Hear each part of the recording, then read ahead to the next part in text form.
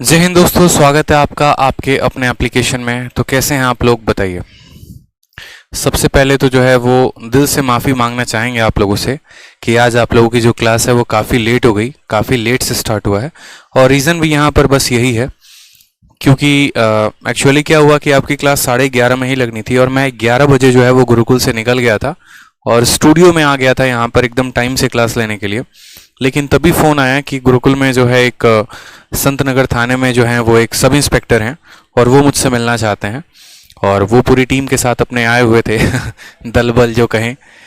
तो मैंने कहा किस बात के लिए, तो फिर मुझे पता एग्जैक्ट चल नहीं पाया कि रीज़न क्या है। बस इतना कहा गया कि सब इंस्पेक्टर आए हुए हैं, थाने के फलाने थाने के हैं और आपको यहाँ बुला रहे हैं। तो मैंने कहा चलो एक बार मिल के आते हैं, पता नहीं क्या लफड़ा हो गया, क्या हो गया, क्या नहीं हो गया।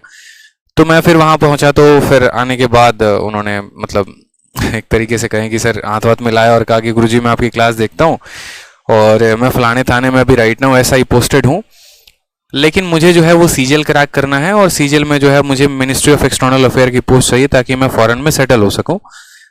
तो उसके लिए वो अपनी पढ़ाई करते हैं साइड बाई साइड और बाकी जो गाइडेंस है, बाकी जो टिप्स है, इस वजह से वो आए हुए थे।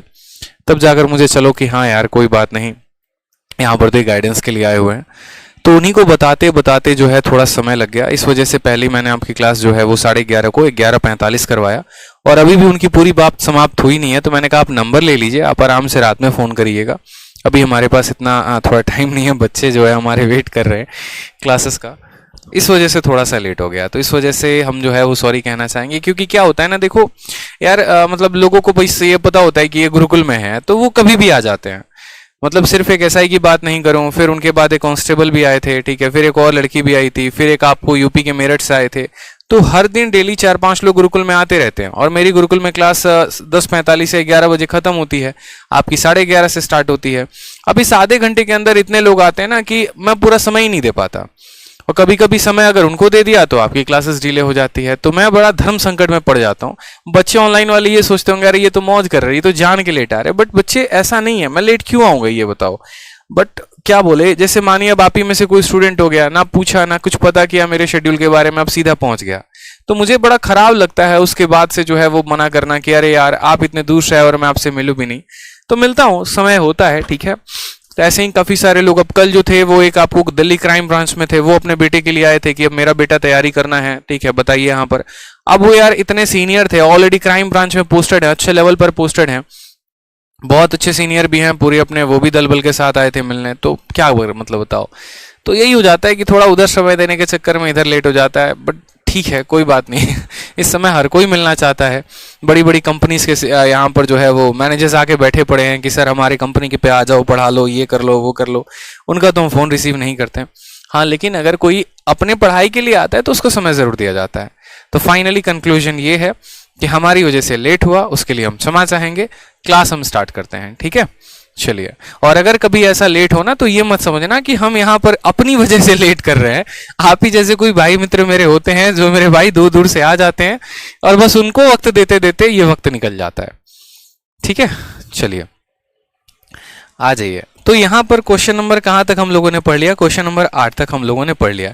अब बच्चे भी इतने होशियार हैं ना, लोग भी इतने होशियार हैं, उनको पता है हम तो फोन उठाएंगे नहीं, ठीक है। अननोन नंबर जनरली मैं उठाता नहीं हूँ, तो वो मतलब मैप पर रैंकर्स गुरुकुल टाइप करेंगे और लोकेशन ढूंढते ढूंढते गुरुकुल पहुंच जाते हैं और बोलते हैं यहाँ तो सर पक्का मिल ही जाएंगे। फिर वो मैनेजमेंट की नाक में दम करेंगे, नहीं बुलाओ सर को, हमें नहीं पता है।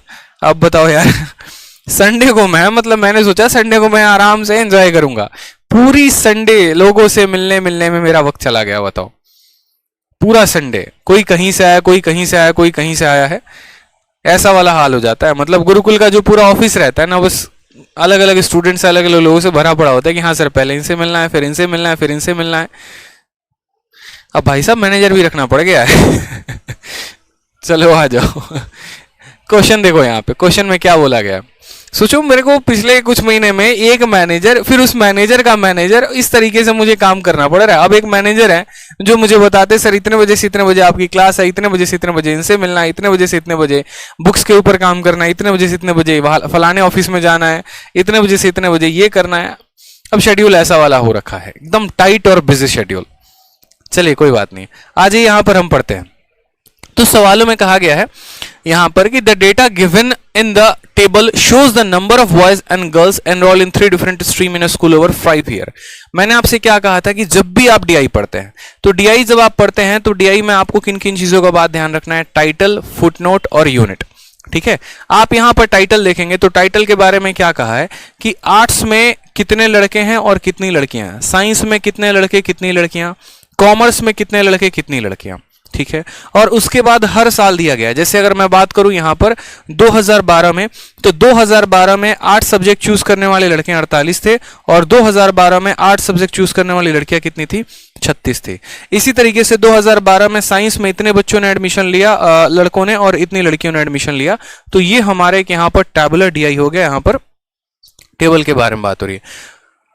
ठीक है, शशि कुमार कहते हैं कोई बात नहीं सर, हम भी आएंगे अपने कॉस्ट्यूम में आपसे मिलने। देखो ये शब्द आपने गलत कहा है शशि कुमार। ठीक है, कॉस्ट्यूम जानते हैं क्या होता है, कॉस्ट्यूम मेकअप आर्टिस्ट का होता है। ठीक है, आप जब सरकारी नौकरी में लगेंगे ना तो आपको कॉस्ट्यूम नहीं मिलेगा, आपको यूनिफॉर्म मिलेगी, बड़ा फर्क होता है। समझ में आ गया बात। कॉस्ट्यूम किसके लिए इस्तेमाल किया जाता है, अगर आप कॉस्ट्यूम को ढंग से पढ़ेंगे ना तो कॉस्ट्यूम जो हो गया, जैसे मान लीजिए कि आपको एक तरीके से मेकअप, जैसे मानो आपको किसी का रूप धारण करना है, कृष्ण जी का अवतार या कृष्ण जी का आपको ये लेना है, तो कृष्ण के कॉस्ट्यूम को आप पहनोगे। कॉस्ट्यूम नहीं कहते हैं अप्रोप्रिएट वर्ब, यूनिफॉर्म होता है, वर्दी होती है, वर्दी पहनकर आना है आपको, कॉस्ट्यूम पहनकर नहीं आना। ठीक है, आ जाइए सीजीएल 2020 का ये आपके सामने क्वेश्चन है।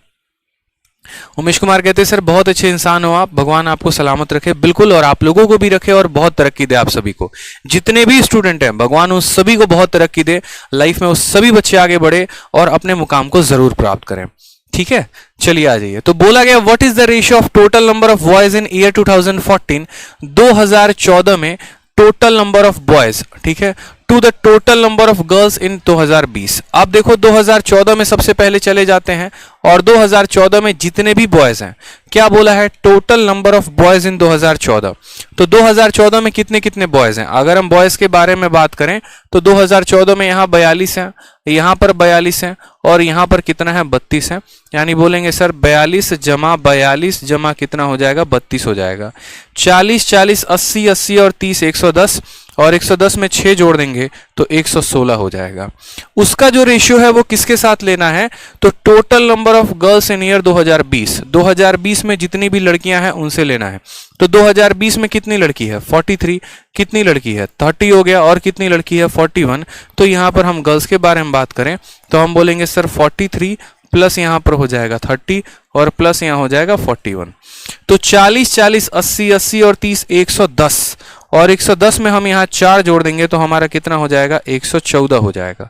यानी लड़कों की संख्या 116 है और लड़कियों की संख्या कितनी है, 114 है, और हमें इन दोनों का रेशियो दे रखा है। तो हम बोलेंगे सर 116 का कंपैरिजन 114 के साथ करें, 2 से काटेंगे यहाँ पर तो 58 बार में कटेगा और 2 से काटेंगे तो 57 बार में कटेगा। 58 ratio 57, option number B for Baahubali is the correct answer हो जाएगा। समझ गए बात आप लोग यहाँ पे, ठीक है।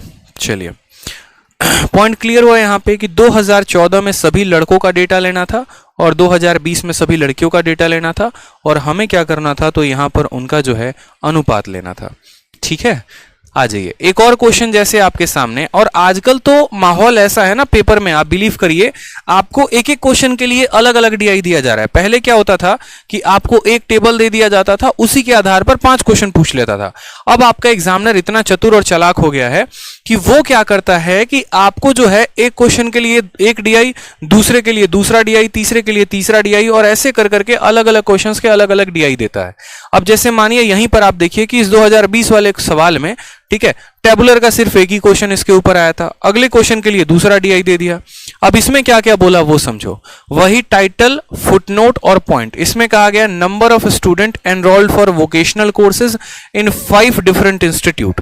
यानी यहां पर क्या है कि कोई कोर्स चल रहा है, जैसे इंस्टीट्यूट, यहां पर ये सारे इंस्टीट्यूट के नाम दे रखे हैं A, B, C, D और ये उस कोर्स में एनरोल होने वाले बच्चों की संख्या है। जैसे इंस्टीट्यूट A में 2013 में कितने बच्चों ने एडमिशन लिया, 120 बच्चों ने। उसी ये इंस्टीट्यूट में 2014 में इतना एडमिशन आया, 15 में इतना एडमिशन, 16 में इतना, 17 में इतना, 18 में इतना। तो अलग अलग इंस्टीट्यूट में अलग अलग साल में कितने बच्चों ने उस कोर्स में एनरोलमेंट लिया, ये उनकी संख्या है।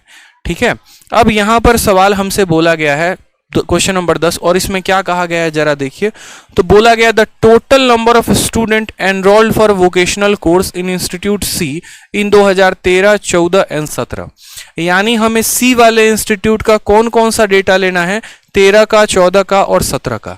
तो सबसे पहले हम सी वाले में जाएंगे और सी वाले का हम 13 का डेटा लेंगे, हम 14 का डेटा लेंगे और हम 17 का डेटा लेंगे। तो यहाँ सी वाले का जो मान आएगा वो कितना आएगा, तो बोलोगे सर 125 जमा यहाँ पर 120 और जमा कितना हो जाएगा 140। 12 12 24 24 4 28 28 10 38 385 हमारा आ जाएगा। कितना आ जाएगा 385। आपका जो एडिशन होना चाहिए ना उसमें एकदम रफ्तार होनी चाहिए मेरे भाई, ठीक है। उसके बाद यहां पर कहा गया है is what percent of total number of student enrolled in 5 institute इन 2018। 2018 में सभी इंस्टीट्यूट में जितने बच्चों ने एडमिशन लिया है उसका ये कितना परसेंट है। तो पहले हम जरा 2018 वालों की संख्या देख लेते हैं। 2018 में चले जाओ आप किस में चले जाओ 18 में। 18 में ए में इतना लिया है, बी में इतना लिया है, सी में इतना लिया है, डी में इतना लिया है और ई में इतना लिया है। जरा सबको जोड़ना एक बार। तो आप बोलोगे सर 2018 में जो कुल एडमिशन आए हैं 8 5 13 या 5 5 10 और 10 हमारा 20, 20 का 0 हाथ में 2 हो गया। 4 3 7 3 10, 10 4 14, 14 4 18, 2 20 का 0 हाथ में 2, 1 2 3 4 5 और 2 7। यानी 2018 में टोटल एडमिशन कितना है 700। तो हमारा एग्जामिनर हमसे ये पूछना चाहता है कि देखो इंस्टीट्यूट सी में 2013 में, 14 में और 17 में जिन बच्चों ने एडमिशन लिया वो 2018 में टोटल बच्चों का कितना परसेंट है।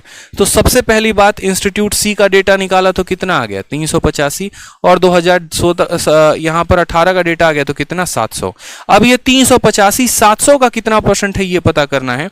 तो हम क्या करेंगे 385 को भाग करेंगे 700 के साथ और गुना कर देंगे यहां पर 100% के साथ। हमारा आंसर आ जाएगा 2 0 से 2 0 खत्म। 7 से काटेंगे तो 5 बार में 35 आ जाएगा, फिर 7 से काटेंगे तो 5 बार में 35 आ जाएगा। ऑप्शन नंबर बी फॉर जो है Baahubali is the correct answer हो जाएगा, ठीक है। तो कितना आंसर आ जाएगा क्वेश्चन नंबर इसका 55% जो होगा वो हमारा सही आंसर होगा, ठीक है। आ जाइए अगला सवाल 11 नंबर।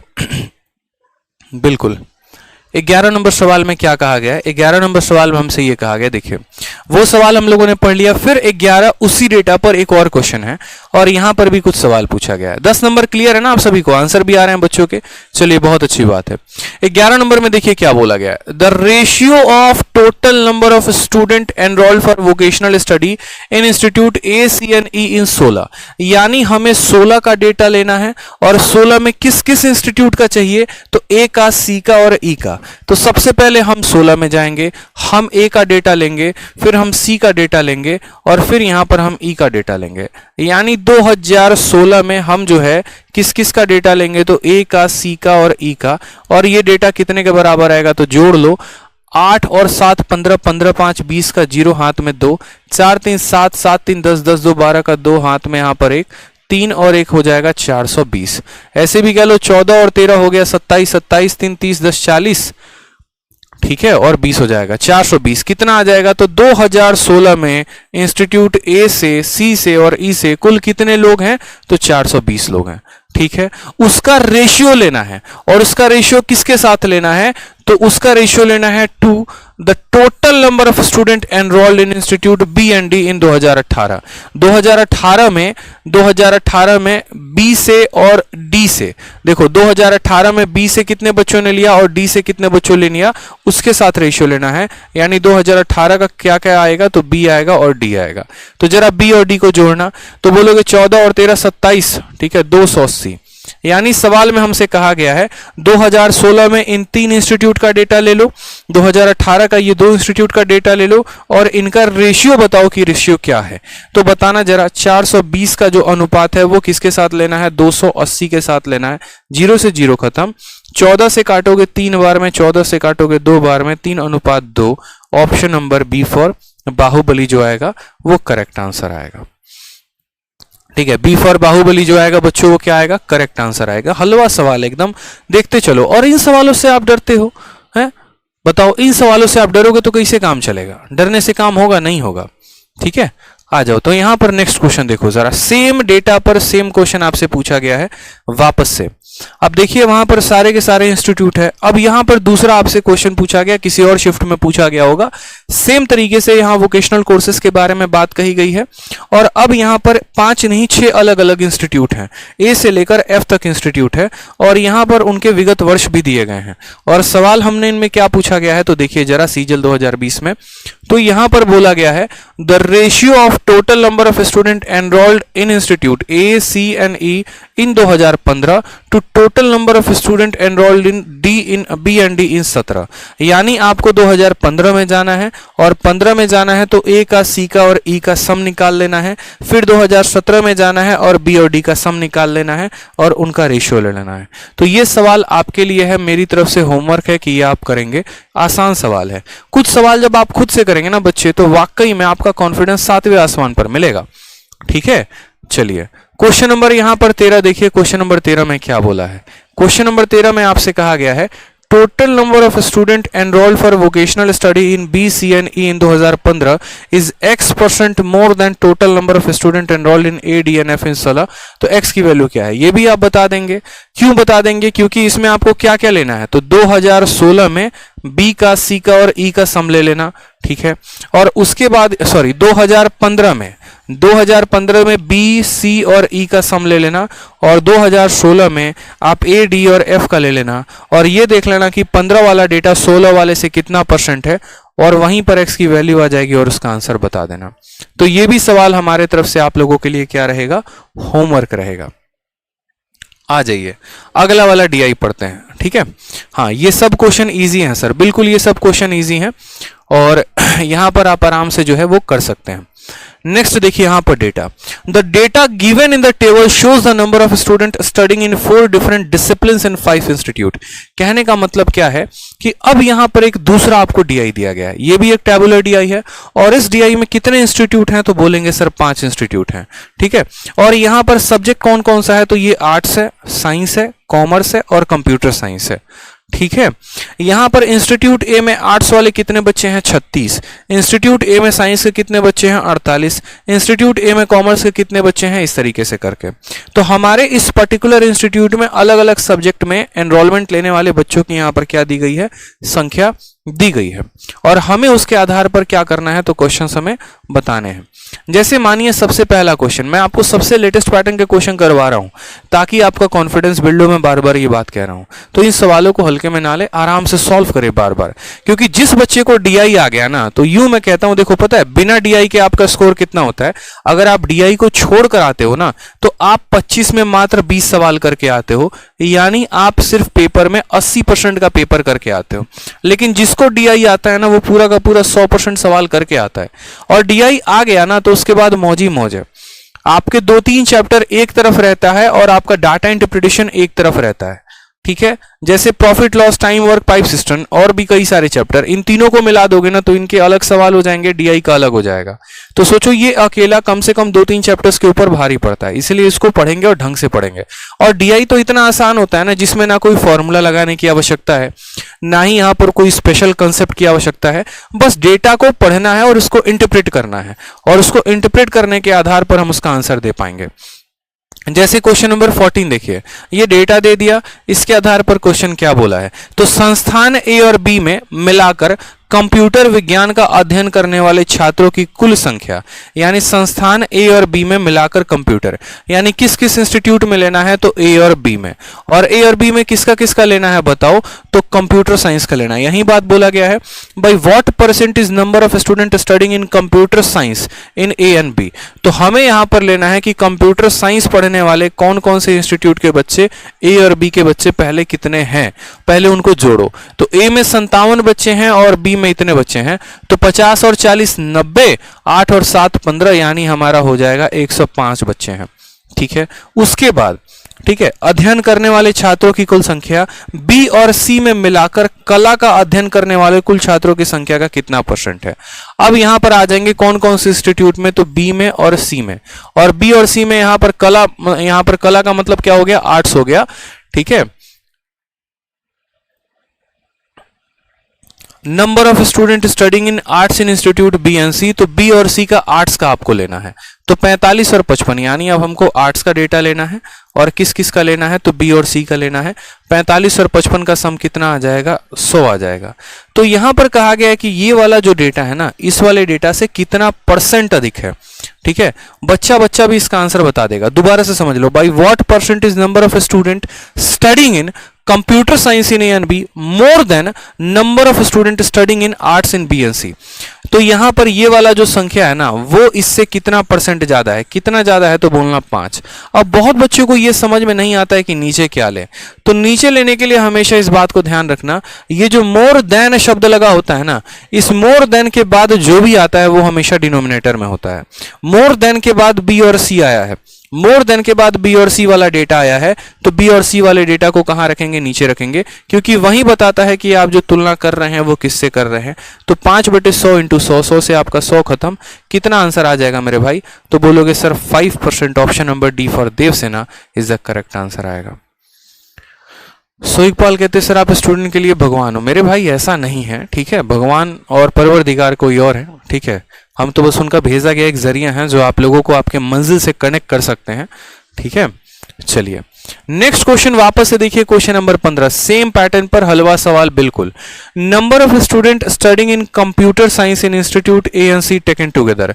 ठीक है, कंप्यूटर साइंस में पढ़ रहे छात्र कौन कौन से इंस्टीट्यूट के, तो ए के और उसके बाद सी के। तो जरा कंप्यूटर साइंस में चल लेते हैं, ये हमारा कंप्यूटर साइंस है, ए में पढ़ने वाले इतने छात्र हैं और सी में पढ़ने वाले इतने छात्र हैं। तो यहां पर हमने कहा कंप्यूटर साइंस का कौन कौन सा लेना है, तो ए और सी लेना है, और इसमें कितने छात्र हो गए, तो बोलेंगे सर 108 छात्र हो गए। उसकी तुलना करनी है क्या, is what percentage of the number of student studying in arts in institute B and D together. Arts में लेना है और किसका, बी और डी का। बी और डी में आर्ट्स में कितने बच्चे हैं, 45 हैं, यानी हमें आर्ट्स वाले के साथ तुलना करनी है। और क्या तुलना करनी है, तो बी और डी के बच्चों की, यानी 90 बच्चों की। अब आप लोग मेरी एक बात को समझिएगा, दो तरीके से सवाल पूछा जाता है। एक तो ये पूछा जाता है कि यहाँ के बच्चे इससे कितना परसेंट अधिक हैं, समझ में आ गया बात यहाँ पे, कि ये जो स्ट्रेंथ है ना, इससे कितना परसेंट ज्यादा है। और दूसरा आपसे ये पूछा जाता है कि ये वैल्यू इसका कितना परसेंट है। जैसे मानिए मेरे पास 108 रुपए हैं, आपके पास 90 रुपए हैं, तो पहला सवाल मैं आपसे ये पूछूंगा कि मेरे पास जो पैसा है वो आपका कितना प्रतिशत है। ठीक है, और दूसरा सवाल मेरा आपसे ये होगा कि मेरे पास जो पैसा है वो आपसे कितना परसेंट ज्यादा है। समझ में आ रहा है बात। पहला सवाल ये रहेगा कि आपकी संपत्ति का मेरे पास कितना परसेंट है, 10% है, 20% है, 100% है, 2000% है, ये हमारा पहला सवाल। और दूसरा सवाल हमारा क्या रहेगा कि मेरे पास जो पैसा है वो आपसे कितना परसेंट अधिक है। अगर अधिक बोलेगा तो हम क्या देखते हैं कि ये 90 है और ये 108 है, यानी 18 ज्यादा है, तो 18/90 इंटू 100 कर देते हैं। और यहां बोला गया कि इसके पास जो पैसा है वो इसका कितना परसेंट है, तो उस परसेंट को निकालेंगे। इसके पास पैसा कितना है, तो 108 है, और वो किसका परसेंटेज बोला गया है, आर्ट्स का। तो आर्ट्स में कितना है, तो 90। मैंने कहा था ना, मोर देन के बाद जो भी आता है, मोर देन हो गया या जिससे देन शब्द के बाद जो भी आएगा ना, उससे हम कंपेयर करते हैं। तो 108 जो है वो 90 का कितना परसेंट है, तो 108/90 इंटू क्या कर देंगे, 100 कर देंगे, हमारा करेक्ट आंसर आ जाएगा। 0 से 0 खत्म, 9 से काटेंगे 12 बार में, यानी ये कितना परसेंट हो जाएगा, तो 120% हो जाएगा। Option number D for Devasena जो आएगा वो करेक्ट आंसर आएगा। ठीक है, समझ गए बात को यहां पर। तो बोला गया था they are taken together is what percent of the number of student, कितना परसेंट है, तो ये संख्या इसका 120% है। समझ में आ गया, 12×9 108। आ जाइए अगला सवाल, 16 नंबर सवाल, हल्का फुल्का सवाल एकदम। बोला गया है what is the ratio of number of student studying science in institute C and D together. ठीक है, to the number of student studying computer science and E together. हल्का सवाल है, कर लेंगे। यहां पर साइंस वाले कॉलम में जाएंगे, और साइंस वाले कॉलम में जाने के बाद आपको किसका लेना है, तो सी का डेटा लेना है, सी का डेटा लेना है और डी का डेटा लेना है। और उसका रेशियो किसके साथ लेंगे, तो कंप्यूटर साइंस वाले ए और ई में, तो कंप्यूटर साइंस का ए और ई का सम ले लेंगे। इन दोनों का जोड़ इन दोनों के साथ आप यहां पर क्या करेंगे, कंपेयर करेंगे कि साइंस में सी और डी के पढ़ने वाले छात्र, कंप्यूटर साइंस के ए और ई वाले पढ़ने वाले छात्र का क्या रेशियो है, इन दोनों का आप यहां पर क्या करवा देंगे, कंपैरिजन। तो ये सवाल भी आप कर लेंगे। ठीक है, चलिए नेक्स्ट क्वेश्चन यहां पर देखिए। नेक्स्ट क्वेश्चन आपसे क्या कह रहा है यहां पर, अगला सवाल मतलब जो आगे के जितने सवाल हैं वो दिए गए इस डेटा पर आधारित है। क्वेश्चन में कहा गया है the table below shows the admission and transfer in standard 1 to 3 of A school. कहने का मतलब क्या है, ठीक है, कहने का मतलब यहां पर ये जो है ना थोड़ा सा अलग अलग डेटा है, कोई बात नहीं हम लोग देखेंगे। जैसे यहां पर टाइटल दिया गया है, फुटनोट्स दिया गया है और उसके बाद यूनिट। ये मैं हमेशा बोलता हूं 3 बातें पढ़ने को। अगर आप ऊपर देखेंगे तो 2015 का ये डेटा है और इसको देखेंगे तो 2016 का ये डेटा है, ठीक है। यहां पर आप देखेंगे तो ये स्टैंडर्ड 1 है, ये स्टैंडर्ड 2 है और ये स्टैंडर्ड 3 है। आज के समय में पहली कक्षा में कितने बच्चे पढ़ रहे हैं, 232। दूसरी कक्षा में कितने बच्चे पढ़ रहे हैं, 241। तीसरी कक्षा में कितने बच्चे पढ़ रहे हैं, 248 बच्चे पढ़ रहे हैं। 2015 में इस पर्टिकुलर स्कूल में 12 एडमिशन होते हैं और 8 बच्चे ट्रांसफर ले लेते हैं, मतलब निकल जाते हैं, ठीक है। फिर 2015 में ही दूसरी क्लास में 6 बच्चे नए आते हैं तो 11 बच्चे निकल जाते हैं। 2015 में तीसरी कक्षा में कितने नए बच्चे आ रहे हैं, 16, तो निकल कितने रहे हैं, 13, ठीक है। उसी तरीके से 2016 में हुआ है कि इतने एडमिशन हुआ है तो ट्रांसफर इतना, इतना एडमिशन तो ट्रांसफर इतना और इतना एडमिशन तो ट्रांसफर इतना। ये सवाल जो है ये आपका दिया गया है, ठीक है। पीछे वाले क्वेश्चन में ऑप्शन मैच नहीं कर रहा है क्या, बच्चे कह रहे हैं सर ऑप्शन मैच नहीं कर रहा है। पीछे वाले क्वेश्चन में 16 में आपका ऑप्शन मैच नहीं कर रहा है, देख लेते हैं एक बार। यहां पर रेशियो 8 और 6 14 और 4 और 3 7 8, 48 का रेशियो किसके साथ लेना है, computer science in A and E, A और ई में यानी 7 5 12, 5 5 10 1 11, इन दोनों का आपस में रेशियो लेना है। अगर हम 4 से काटेंगे तो 21 बार में कटेगा और 4 से काटेंगे तो 4 का 2 गुना 8 और 4 अठे 32 हो जाएगा। फिर आपका कटेगा 3:4। मैच कर तो रहा है मेरे भाई, 3:4 आ रहा है, ऑप्शन नंबर डी आ तो रहा है सही, ठीक है।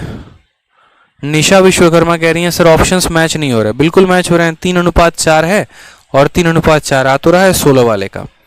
आ जाओ अब यहां पर देखते हैं, यहां पर नेक्स्ट क्वेश्चन 17 नंबर सवाल।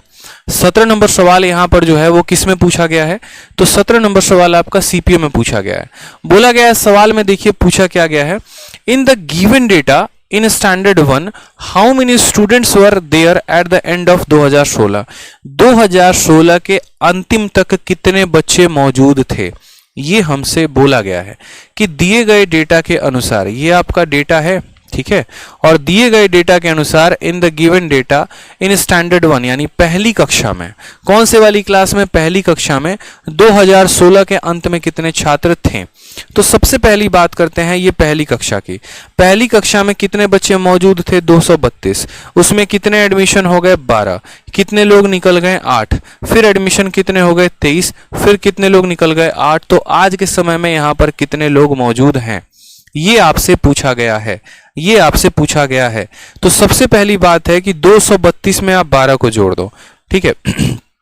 तो आप बोलोगे सर 232 बच्चे थे, 12 बच्चे उसमें नए आ गए, 8 बच्चे उसी साल छोड़कर चले गए, फिर उसके बाद यहां पर 23 बच्चे नए आ गए और फिर उसके बाद 36 बच्चे छोड़कर चले गए।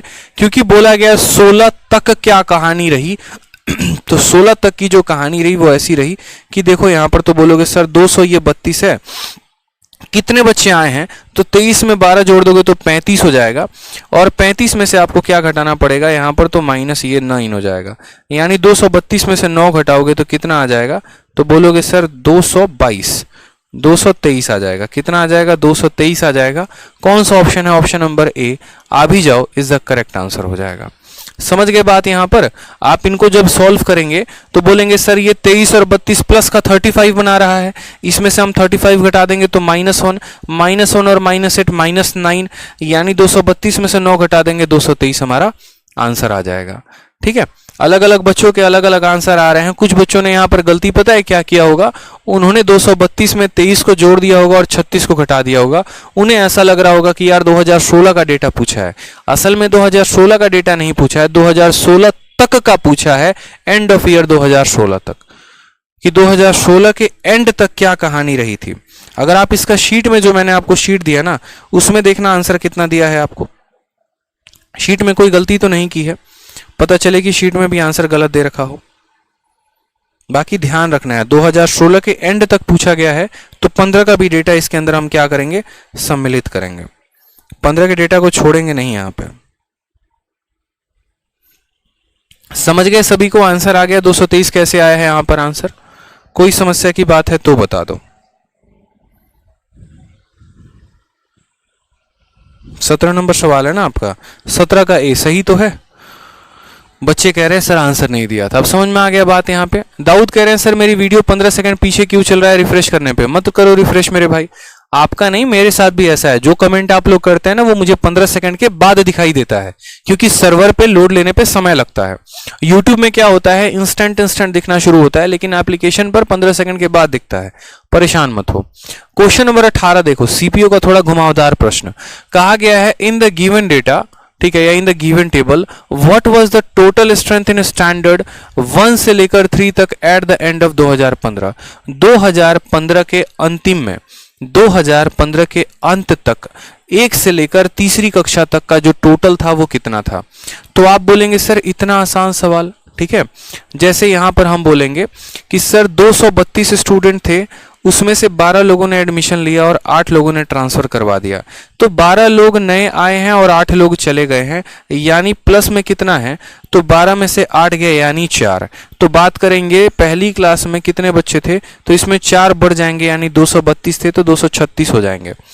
इतने बच्चे थे, 12 आए हैं और 8 चले गए हैं, यानी इसके वजह से जो नेट आएगा वो कितना आएगा? 4 आएगा। वो 4 इसमें ऐड कर दो। उसके बाद बात करते हैं, ये तो पहली क्लास की कहानी है, ठीक है। दूसरी क्लास की जरा बात करो यहां पर। तो दूसरी क्लास में क्या हुआ? 6 लोग आए हैं और 11 लोग चले गए हैं, यानी +6 और -11, यानी 5 लोगों का नुकसान हुआ है। तो इसमें से 5 लोग हटा देंगे तो ये कितना हो जाएगा? तो 236 हो जाएगा, ठीक है।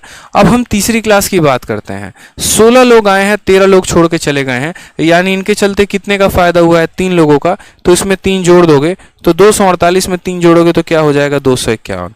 अब जरा जोड़ो यहाँ पे, 6 6 12 1 13 का 3 हाथ में 1, 5 3 8 8 3 11 11 1 12 का, सॉरी 2 आपका हाथ में 1, ठीक है। और कितना हो जाएगा? 723 आपका करेक्ट आंसर आएगा। ऑप्शन नंबर ए फॉर आ भी जाओ इज द करेक्ट आंसर होगा। समझ गए बात को? यहां पर eight the end of year किसमें बोला गया था? 2015 के अंतिम में। तो 2015 के अंतिम में कितने? 236 लोग। 2015 के अंतिम में दूसरी क्लास से कितने लोग? 236 लोग। और उसी 2015 के अंत में तीसरी क्लास से कितने लोग आ गए? तो 251 लोग। सबको जोड़ा 723 आया, और 723 जो है वो गलत है, सॉरी गलत कह रहे हैं, वो सही उत्तर है, ठीक है। नेक्स्ट आ जाइए, अगला सवाल। एक बच्चे कह रहे हैं सर हिंदी में भी सवाल पढ़िए। चलिए हिंदी में भी बिल्कुल पढ़ेंगे, कोई दिक्कत की बात नहीं है। 19 नंबर सवाल को देखिए। बोला गया है इन द गिवन टेबल, ठीक है, दिए गए डेटा में, दिए गए सारणी में, what was the difference between admission, ये देखो डेमिशन, ठीक है, डेमिशन एंड एडमिशन होगा, यहाँ एडमिशन होगा, डेमिशन नहीं होगा, एडमिशन होगा, ठीक है। What was the difference between, अच्छा ये ए जो है ना, ये ए के बीच में यहाँ स्पेस आ गया, इस वजह से दिक्कत है। तो what was the difference in admission, ठीक है, and transfer in standard 3 in year 2016। दोबारा से समझिएगा, दी गई तालिका के अनुसार वर्ष 2016 में कक्षा 3, मतलब आपको वर्ष 2016 में जाना है, और किस कक्षा में जाना है? तो कक्षा नंबर 3 में जाना है। और बोला गया है नामांकन तथा स्थानांतरण में क्या अंतर था? सिर्फ 2016 में जितने बच्चों ने एडमिशन लिया और जितने बच्चों ने ट्रांसफर करवाया, उन दोनों का जो डिफरेंस था वो क्या था? तो आप मुझे यहां पर खुद बताइए, ठीक है। 2016 में एडमिशन लेने वाले छात्र कितने? 21। ट्रांसफर करवाने वाले कितने? 24। इनका जो डिफरेंस आया वो कितने का आया? 3 का आया। तो आंसर कितना होगा? ऑप्शन नंबर ए होगा। हलवा सवाल है, बताओ। 2016 में नामांकन और स्थानांतरण कराने वाले जितने छात्र थे, नामांकित किया कितने बच्चों ने? 21 ने। और स्थानांतरण करवाया कितने बच्चों ने? 24 बच्चों ने। तो यहां पर इनका जो अंतर आएगा वो कितने का आएगा? 3 बच्चों का आएगा, ठीक है। चलिए आ जाइए, अगला सवाल देखिए। हम आपको हर एग्जाम का डीआई करवा रहे हैं, चाहे वो सीएचएसएल का है या वो सीजीएल का है या वो सीपीओ का है, ताकि कॉन्फिडेंस आपका धीरे धीरे जो है वो आता रहे। धीरे धीरे हम आपके लेवल को बढ़ाएंगे, अचानक से नहीं बढ़ाएंगे। मेंस का भी डीआई है वो भी करवाएंगे, पहले आसान वाले डीआई करवा लें, ठीक है। अब जैसे यहां पर एक और सवाल आता है अगले वाले सवालों के लिए, क्या कहा जाता है? The given table shows the number of car of 5 different model A, B, C, D and E produce during year 12 to 17, study table answer the given below. हमने क्या कहा, टाइटल पढ़िए। टाइटल में यहां पर सारे के सारे वर्ष दिए गए हैं 2012, 13, 14, 15, 16, 17 और यहां ये दिया गया है कि यहां पर किस किस कंपनी की कारें हैं। जैसे बोला गया ना, the given table shows the number of car in 5 different model. Model A में 2012 में कितनी कार है, मॉडल बी में 2012 में कितनी कार है, मॉडल सी में कितनी कार है। साथ में जो यहां पर डेटा दिया गया है, तो सबसे पहला पॉइंट आपने क्या पढ़ा, टाइटल। टाइटल में मतलब कारों के बारे में चर्चा है। दूसरा पढ़ा फुटनोट्स। फुटनोट्स क्या क्या है, तो इधर सारे के सारे वर्ष दिए गए हैं और इधर सारे के सारे आपको मॉडल दिए गए हैं। और तीसरा पॉइंट हो गया यूनिट। यूनिट की बात करेंगे तो यूनिट किस में है, तो 1000 में है। यानी अगर यहाँ 18 लिखा गया तो इसका मतलब ये 18,000 है। अगर यहाँ 26 लिखा गया तो इसका मतलब ये 26,000 है। अगर यहाँ पर 22 लिखा गया तो ये 22,000 है। इस तरीके से करके यहाँ पर, ठीक है, वो हमको दिया गया है, टाइटल, फुटनोट, सब कुछ। तो जैसे ये सीजल 2020 का ये क्वेश्चन है और आपसे इसमें सबसे पहला सवाल बोला गया है, इन द ईयर 2015 2015 में विच type of car constitute exactly 20% of the total number of car produce that year. दोबारा से बोल दे, वर्ष 2015 में किस प्रकार की कार उस वर्ष उत्पादित कारों की कुल संख्या का ठीक 20% है। ठीक है, तो सबसे पहले हमें क्या करना पड़ेगा, तो 2015 में जितने भी कार उत्पादित किए गए हैं उनका टोटल निकालना पड़ेगा। ये हमारा 2015 है और 2015 में जितनी भी कारें हैं उन सब का टोटल निकालो, इन सब का टोटल कितना आएगा। तो वर्ष 2015 में देखो, ए हो गया, बी हो गया, सी हो गया, डी हो गया, ई हो गया, इन सब का टोटल कितना है, तो 100 है। वर्ष 2015 का टोटल कितना है, 100 है। और सवाल में बोला गया है कि 2015 में किस प्रकार की जो कार है वो 20% है, किसका, तो 20% है मेरे भाई टोटल का। यानी 100 का 20%, और 100 का 20% कितना होता है, 20 होता है। 100 का 20% कितना होता है, 20 होता है। तो ए में कितना कार प्रोड्यूस हुआ है, 18, बी में कितना हुआ है, 22, सी में कितना हुआ है, 26, डी में कितना हुआ है, 14 और ई में हुआ है 20। यानी ये जो 20 है इसी का 20% है। तो बोला गया था कि 2015 में कौन से वाली कार जो है वो टोटल का 20% है, यानी 100 का 20% है।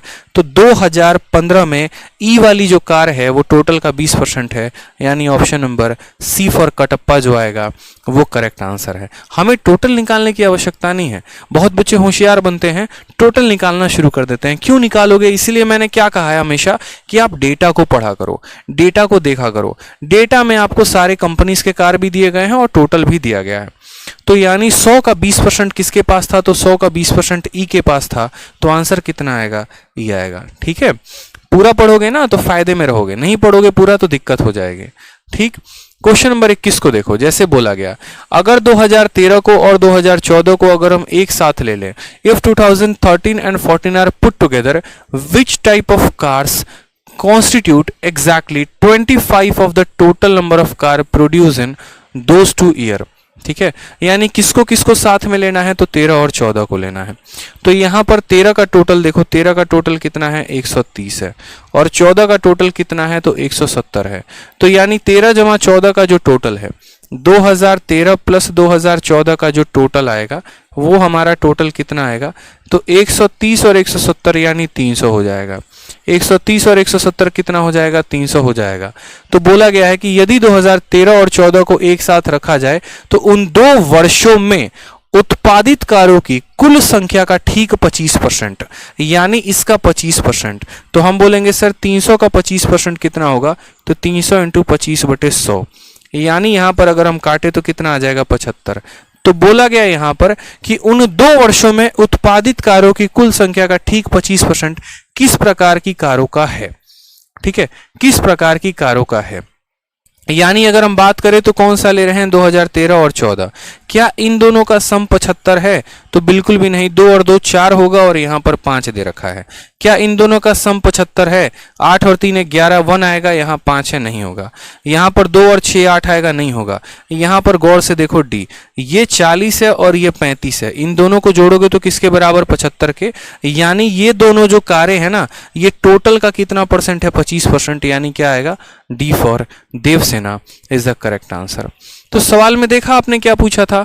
बोला गया था कि 2013 और 14 को एक साथ रखा जाए, यानी इन दोनों को यदि हम एक साथ रखा जाए तो उन 2 वर्षों में उत्पादित कारों की कुल संख्या का ठीक 25%, यानी 2 वर्षों का टोटल का 25% यानी 75 किस प्रकार की कारों का है? तो कार डी का है। कार डी का टोटल संख्या 75, जो टोटल का कितना परसेंट है? तो 25% है। यानी डी जो होगा हमारा देवसेना जो होगा वो क्या होगा? करेक्ट आंसर होगा। क्लियर हुआ ये बात यहाँ पे, कैसे डेटा को पढ़ा जाता है और कैसे डेटा को सॉल्व किया जाता है। आ जाइए अगला सवाल देखिए, यहाँ पर नेक्स्ट क्वेश्चन उसी सीजीएल का पेपर का क्वेश्चन है, आसान और हलवा सवाल। क्या बोला गया है?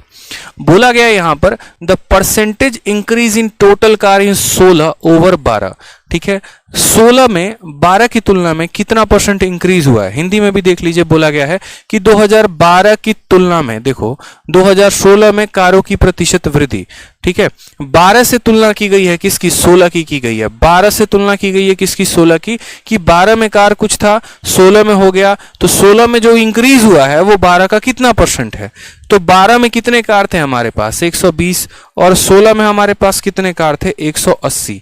तो वही बात बोला गया है कि 12 की तुलना में, हिंदी में पढ़ा जाता है कि तुलना किससे की जा रही है, और इंग्लिश में पढ़ा जाता है मेरे भाई हमेशा कि देन हो गया, ओवर हो गया, ये हो गया। तो 12 की तुलना में 16 में कितना परसेंट का इंक्रीज है? तो आप मुझे बताओ, 120 से कोई संख्या 180 हो जा रही है, कितने का इंक्रीज है? 60 का है। और किसके तुलना में? तो 12 की तुलना में। जिसकी तुलना की जाती है वो हमेशा नीचे होता है, इनटू क्या करेंगे यहाँ पर? 100%। 0 से 0 खत्म, 6 से आपका 2 बार में, और 2 से काटेंगे तो 50% हमारा आंसर आएगा। Option number D for Devasena is the correct answer. ये क्वेश्चन सॉल्व नहीं हुआ था बट अब क्लियर हो गया, समझ में आ गया कि 12 की तुलना में 16 में कितने परसेंट का इंक्रीज है, यानी 120 की तुलना में 180 में कितना बढ़ गया? तो बोलेंगे गुरुदेव 50% करेक्ट आंसर है। ठीक है, आ जाइए अगला वाला डीआई पढ़ते हैं, अगला वाला डीआई सॉल्व करते हैं। मजा आ रहा है डीआई पढ़ने में? बताओ जरा एक बार कमेंट बॉक्स में, जरा बताओ मजा आ रहा है, आनंद ले रहे हो, जीसा मिल रहा है? बताओ। नेक्स्ट यहां पर कहा गया है, ठीक है, study the given table and answer the following question. और टेबल में क्या क्या दिया गया है? तो percentage of marks obtained bye 6 different student in 5 subject. यहां पर क्या है? तो ये बच्चों का नाम है, प्यारे प्यारे बच्चे हैं, मंजू, अमित, रेखा, अनुज, अभि और विक्रम। ठीक है, और यहां पर ये इनके क्या दे रखे हैं? तो ABCD क्या है? तो ये सब्जेक्ट है, ये सब्जेक्ट है, ये सब्जेक्ट है, ये सब्जेक्ट है, ये भी सब्जेक्ट है, ये भी सब्जेक्ट है। अब देखते चलो, मैं आपके लेवल को धीरे धीरे बढ़ा रहा हूं। पहले मैंने क्वेश्चन जो दिए थे वो आसान दिए, फिर थोड़ा सा मैंने लेवल बढ़ाया CPO वाले क्वेश्चन से, फिर थोड़ा सा और बढ़ाया CGL वाले क्वेश्चन से। अब मैं आपको ये वाला टेबल देके फिर मैंने आपका लेवल थोड़ा सा और बढ़ा दिया। अब यहां पर देखेंगे ना, तो यहां लेवल बढ़ कैसे गया? तो यहां लेवल इस वजह से बढ़ गया क्योंकि हर सब्जेक्ट का जो टोटल है वो अलग है।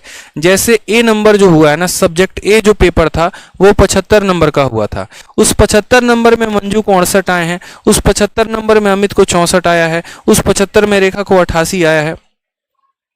ये कैसे हो गया? किसी को 75 में 88 कैसे आ सकता है मेरे भाई? अच्छा, परसेंट दिया गया ना, ये परसेंट है मेरे भाई, यही तो दिक्कत है कि इस 75 में मंजू को 68% आए हैं, इन सब को परसेंटेज दिया गया है। समझ में आ रहा है बात यहाँ पे कि मंजू को A में कितना परसेंट आया है? 68% नंबर। अमित को A वाले सब्जेक्ट में, जैसे मानो A नाम का मतलब फिजिक्स हो गया, फिजिक्स में 68% आया, अमित को 64% आया, रेखा को 88% आया, अनुज को 80% आया, अभी को 72% आया, विक्रम को 60% आया। इसी तरीके से सब्जेक्ट B में इनके अलग अलग परसेंटेज हैं, सब्जेक्ट C में इनके परसेंटेज दिए गए हैं, सब्जेक्ट D में इनके परसेंटेज दिए गए हैं, और सब्जेक्ट E में यहाँ पर जो है वो इनके परसेंटेज दिए गए हैं। ठीक है, और हमसे क्या बोला है? तो सबसे पहला सवाल क्वेश्चन नंबर 23 देखिए, क्वेश्चन नंबर 23 में क्या बोला है? बोला गया है the total marks obtained by Anuj in all the 5 subject. जो अनुज है हमारा, उसको अनुज को कितने नंबर आए हैं, हमें परसेंट से नहीं मतलब है।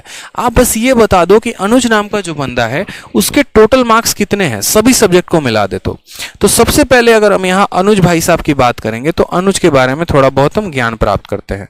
तो हमने देखा यहाँ पर ये हमारे अनुज जी मौजूद हैं। अनुज को जो है ना वो यहाँ कितना परसेंट आया है, 80 नंबर। तो अगर हम ए में बात करें तो ए वाले सब्जेक्ट में अनुज को कितना परसेंट आया, 80 नंबर। ठीक है, 80% नंबर आया है। अनुज को कितना परसेंट आया, 80%। दोबारा से बोल रहा हूं, अनुज को कितना परसेंट आया, 80%। लेकिन वो 80% किसका 80% निकालोगे तो 100 का 80% निकालोगे, 200 का 80% निकालोगे, 300 का 80% निकालोगे, किसका? तो जितने नंबर का पेपर होगा उसी का तो 80% निकालोगे ना। तो यहां पर जो पेपर ए है वो 75 नंबर का है और उस 75 नंबर का वो 80% लाया है, यानी ए में 75 का 80% यानी 75 इंटू 80/100। फिर उसके बाद यहां बात करते हैं बी वाले सब्जेक्ट में। ये हम किसकी चर्चा कर रहे हैं, अनुज की चर्चा कर रहे हैं। ठीक है, फिर बी वाले सब्जेक्ट में उसको कितना परसेंट आया है, 55%। लेकिन वो 55% वापस से किसका, तो 80 का 55%, यानी बोलोगे सर 80 इंटू 55 क्या हो जाएगा, 100 हो जाएगा। फिर उसके बाद यहां पर सी वाले सब्जेक्ट में जनाब के 68% नंबर आए हैं। किसका 68%, तो 100 का 68%। तो बोलोगे सर 100 इंटू 68/100। समझ में आ गया बात यहां पे। उसके बाद बात करते हैं सब्जेक्ट डी में उन बंधु के कितने नंबर आए हैं, तो 66। किसका, 50 का 66%। तो बोलोगे सर 50 इंटू 66 और बट्टे में कितना हो जाएगा, 100। और लास्ट जो सब्जेक्ट हो गया वो हो गया ई में कितना परसेंट आया है, 84%। किसका, 150 का 84%। तो बोलोगे सर 150 का कितना परसेंट, तो 150 का 84%। ये तरीका होता है मेरे भाई। बहुत बच्चे क्या समझते हैं, इसी को टोटल मार्क्स मान लेते हैं और इन सब को जोड़कर फिर वेरीफाई कर रहे होते हैं, बोलते सर आंसर वे नहीं आया। कैसे आएगा, ये तुमको परसेंटेज दिया गया है तो परसेंट दिया गया। अब जैसे मैं बोलूं 100 नंबर का पेपर था, 80% आया, यानी 80 नंबर आया। वही पेपर अगर 200 नंबर का होता और उसमें मुझे 80% आता, यानी मुझे 160 नंबर आए। वही पेपर अगर 300 नंबर का होता और उसमें मुझे 80% आता, यानी मेरे को 240 नंबर आए। तो परसेंटेज जो है वो तो सेम रहेगा, मार्क्स बदल जाएंगे टोटल मार्क्स होने की वजह से। कट्टम कुटाई कर लो, 25 से काटोगे 3 बार में, 25 से काटोगे 4 बार में, 4 से काटोगे तो 20 बार में। तो 20 का 3 गुना कितना हो जाएगा, तो यहां पर 60 हो जाएगा।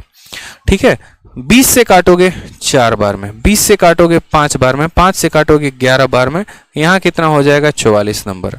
ठीक है, 100 से आपका 100 खत्म हो जाएगा, यहां से कितना आएगा, 68 नंबर। 50 से आपका ये 2 बार में खत्म हो जाएगा, 2 से आपका 33 बार में खत्म हो जाएगा, यहां से कितना आएगा, 33 नंबर। ठीक है, 50 से 2 बार में खत्म होगा, 50 से 3 बार में खत्म होगा, 2 से आपका ये 42 बार में खत्म हो जाएगा। और 42 का 3 गुना कितना, 40 का 3 गुना 120 और 2 का 3 गुना 6, यानी हमारा 126। बस सबको जोड़िए और आंसर लेकर आ जाइए। चूंकि यहाँ पर अपने सवालों में सबका यूनिट डिजिट देखिए, सबका यूनिट डिजिट अलग है, तो आप यूनिट डिजिट के आधार पर भी आंसर दे सकते हैं। जैसे 0 + 4, 4, 4 और 8 12, 12 का मतलब 2 हो गया, 2 में 3 जोड़ोगे 5, 5 और 6 11, इक्याई के स्थान पे 1 आएगा, यानी option number D for Devasena जो है वो करेक्ट आंसर है।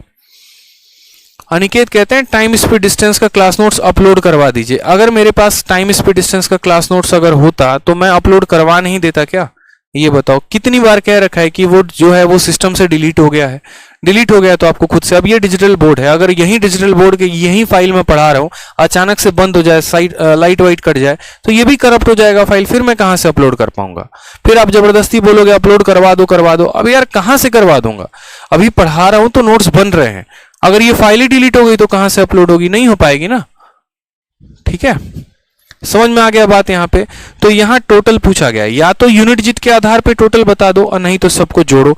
सबको जोड़ोगे तो 60 और 40 100, 100 और 160, 160 और 30 190, 190 और 20 210, 210 और 100 310।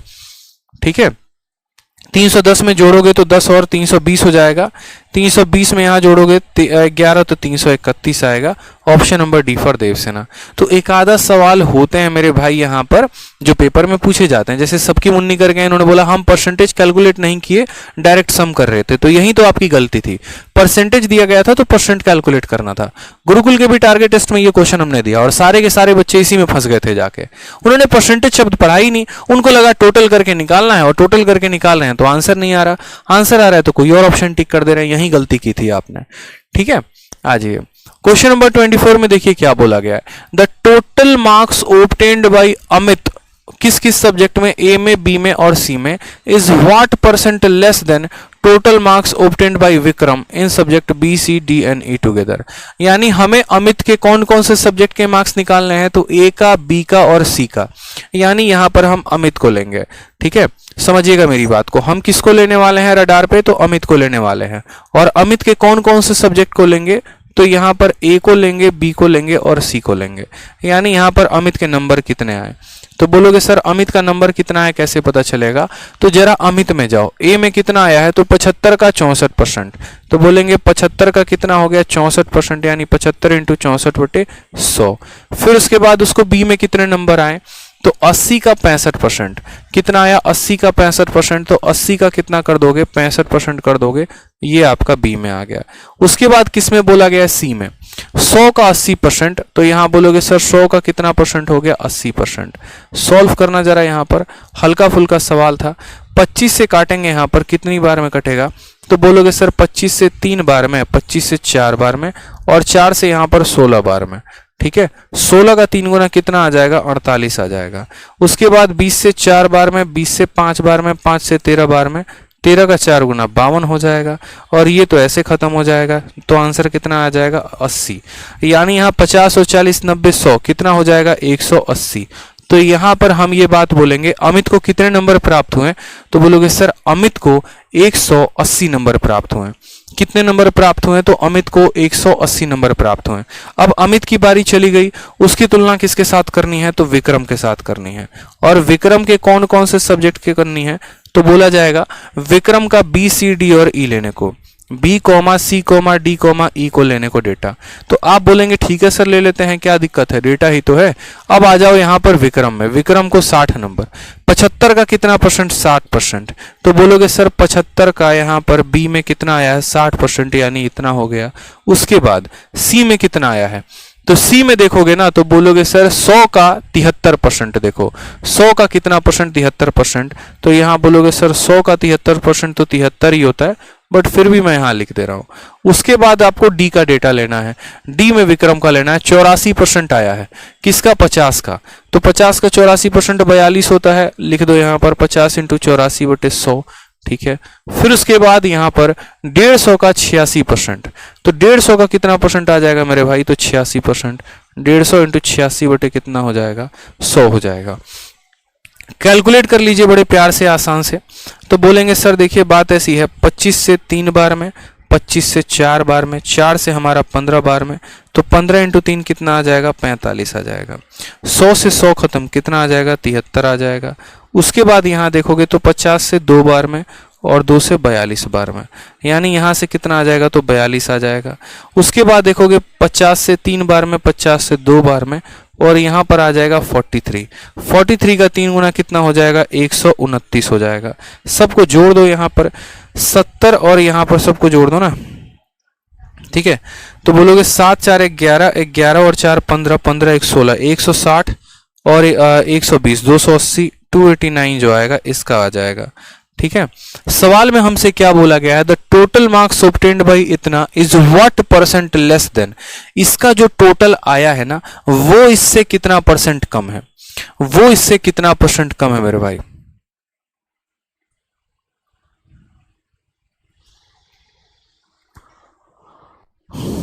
अच्छा, यहां पर विक्रम का बी लेना है, माफ करना विक्रम का यहां बी लेना है। एक डेटा मैंने गलत ले लिया है, इसको थोड़ा सुधार लेना है यहाँ पर आप लोग।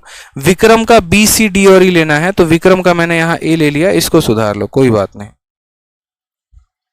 इसको सुधार लो, ये गलती हो गई है। ठीक है,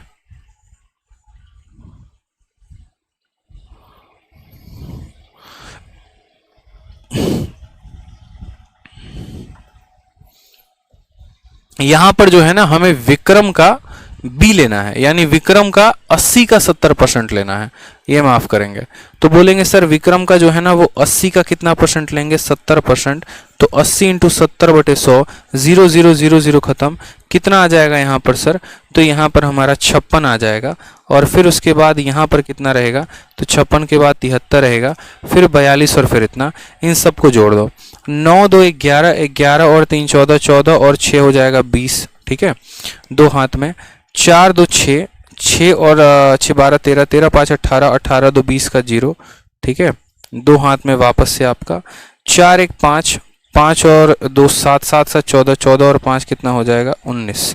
ये क्या हो गया मेरे भाई, कुछ गड़बड़ कर दिया क्या हमने, जरा जोड़ना एक बार, ठीक है, जोड़ना एक बार।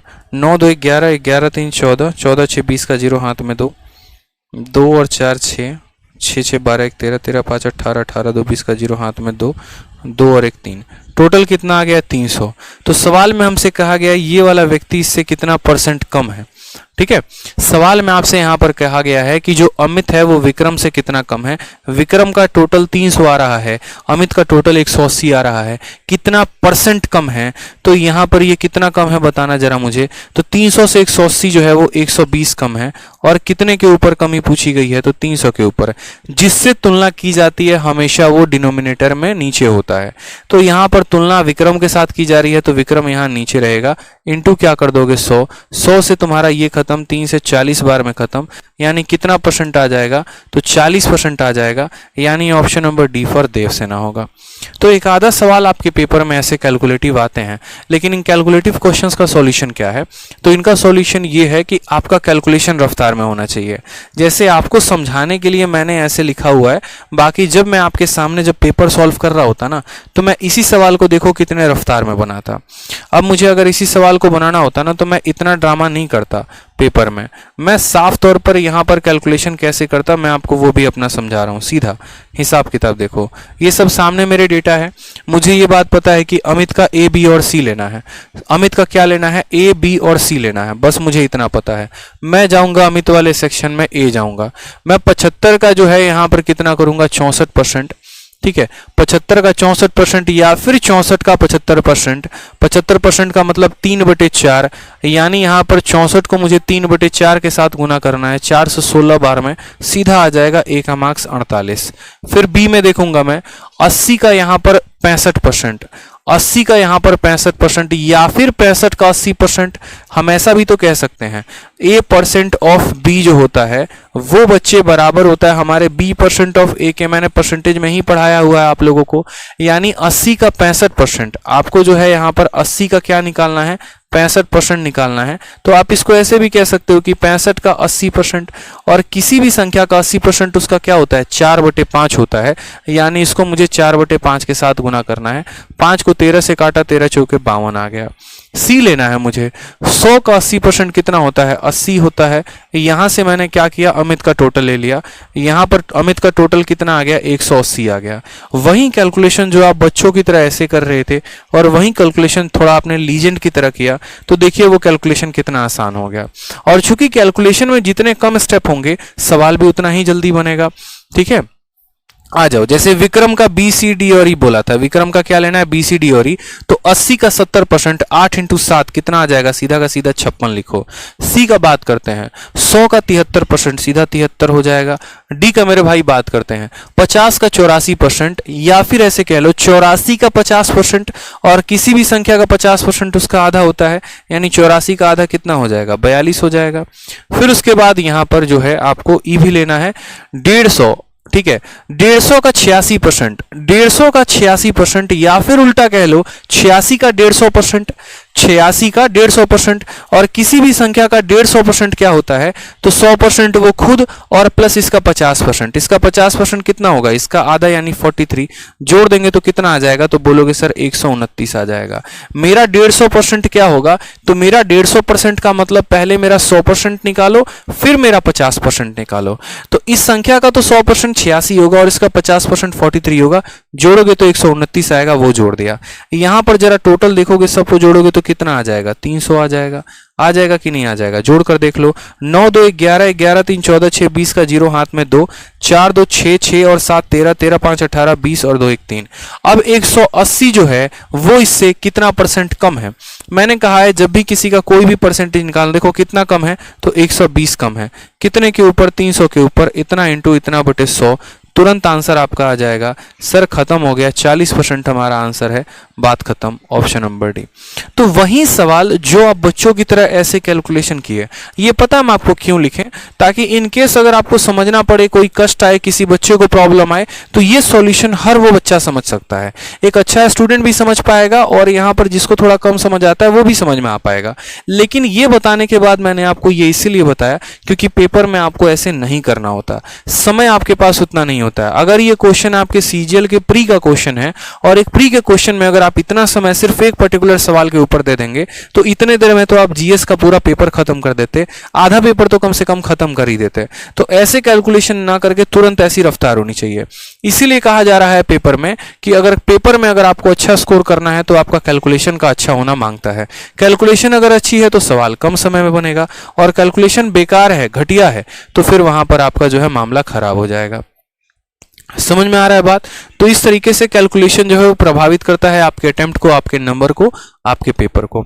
ठीक है, अब चलिए जैसे आ जाए यहां पर क्वेश्चन बोला गया सेम तरीके से, study the following table and answer the question, percentage of marks obtained bye 6 student in 5 subject.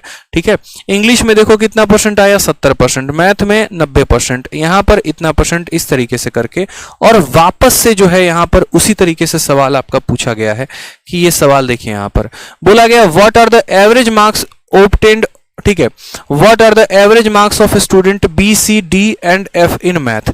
Math में इनका औसत नंबर कितना है, तो मैथ में चले जाओ, और किस किस बच्चे का बोला गया है, तो बी का, सी का, डी का, और उसके बाद यहां पर एफ का, बी सी डी और एफ, बी सी डी और एफ, और बी का, सी का, डी का और एफ का, बी सी डी और एफ का क्या बोला गया है, तो बोला गया है बी में, सी में, डी में और एफ में छात्रों का औसत अंक ज्ञात करें। कौन से वाले सब्जेक्ट में, गणित में।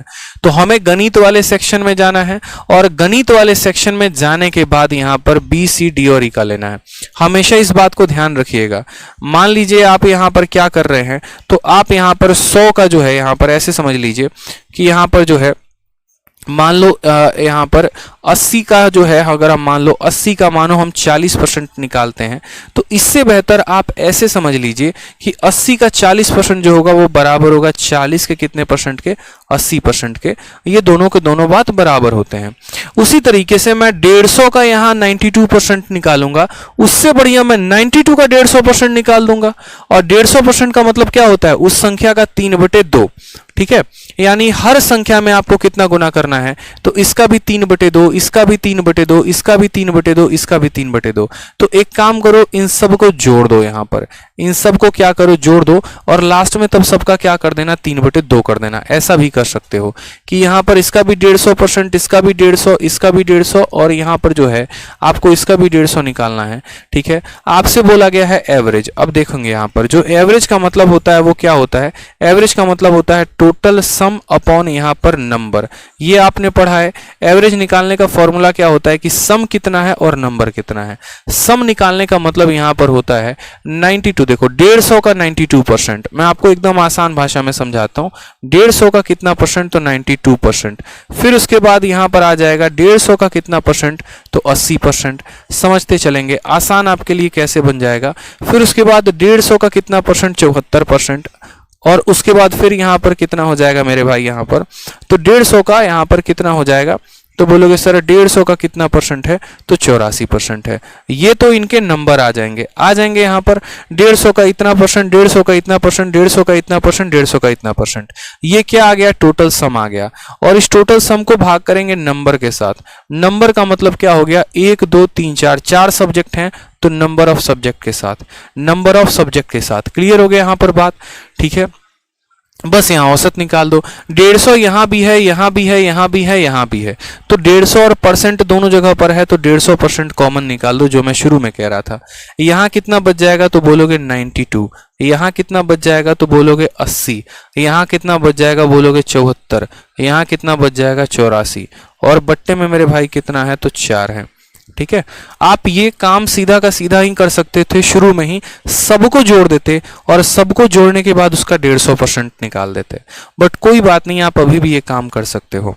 आप 150 के जगह पर 150 लिखो, जब ये परसेंटेज का साइन हटेगा तो नीचे आ जाएगा आपका 100, उसके बाद यहाँ पर इन सबको जोड़ो, तो 9 8 17, 17 7 24, 24 और 8 32, यानी ये हो गया हमारा 320। ठीक है, 2 और 4 कितना, 4 4 8 और 2 10, 10 मतलब 330, तो इनका जो सम आ जाएगा वो आ जाएगा हमारा 30। तो देखो 150 के जगह पर 150 लिखा, परसेंटेज के जगह पे नीचे 100 लिख दिया, इस टोटल का सम 330 लिख दिया, और यहाँ 4 है तो आपने यहाँ 4 लिख दिया। बस लास्ट में आपको इतना ही कैलकुलेट करना था।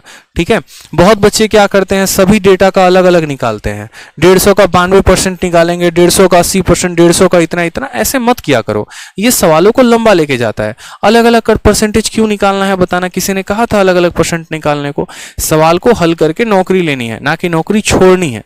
ठीक है, तो इसीलिए शुरू में ही मैं अगर आपको बोलता ना कि देखो सेकंडों सेकंडों में अगर उड़ाना है, सबको जोड़ दो और सबको 3/2 निकाल दो और लास्ट में 4 से भाग कर दो, आंसर आ जाता।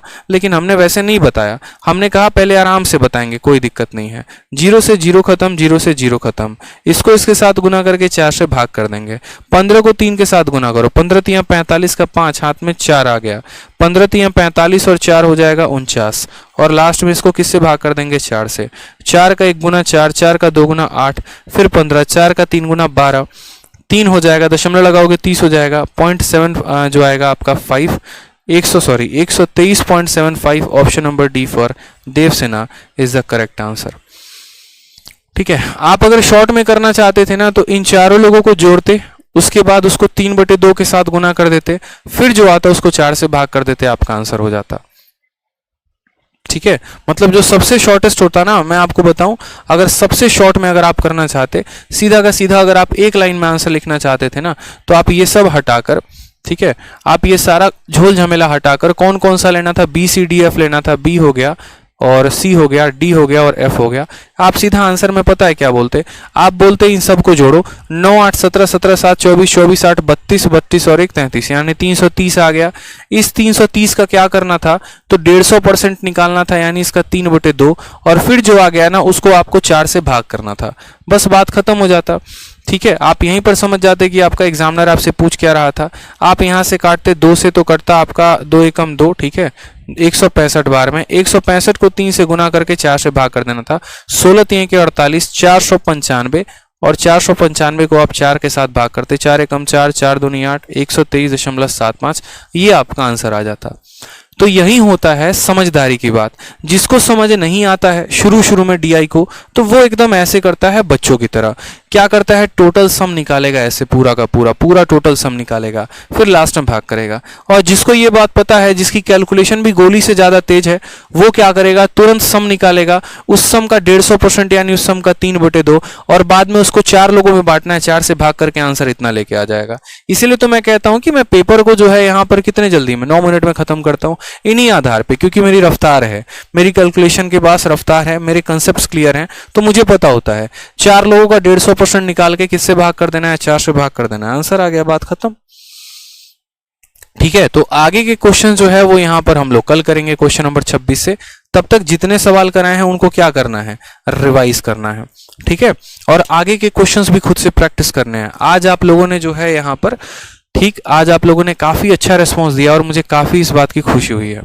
जो रिस्पांस आप लोगों का रहा है, जिस तरीके से बड़े शालीनता से आप लोगों ने पढ़ा है, कल भी इसी तरीके से हम लोग अच्छे से पढ़ेंगे।